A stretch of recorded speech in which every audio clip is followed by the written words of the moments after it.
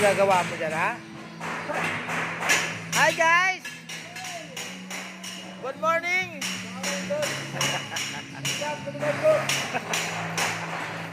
Alagya ka talaga.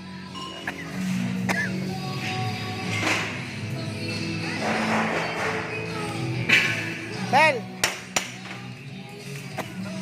Ganito ba kalaki bearing natin?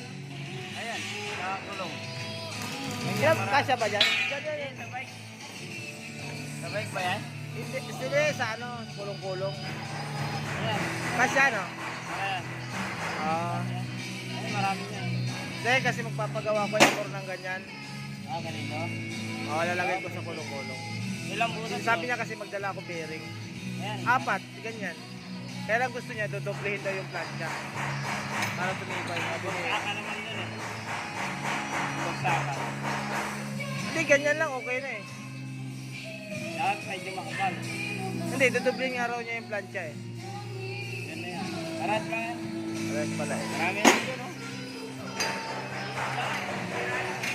Ha? Tira lang. Okay mga boss, parehas lang yung bearing. Ano po?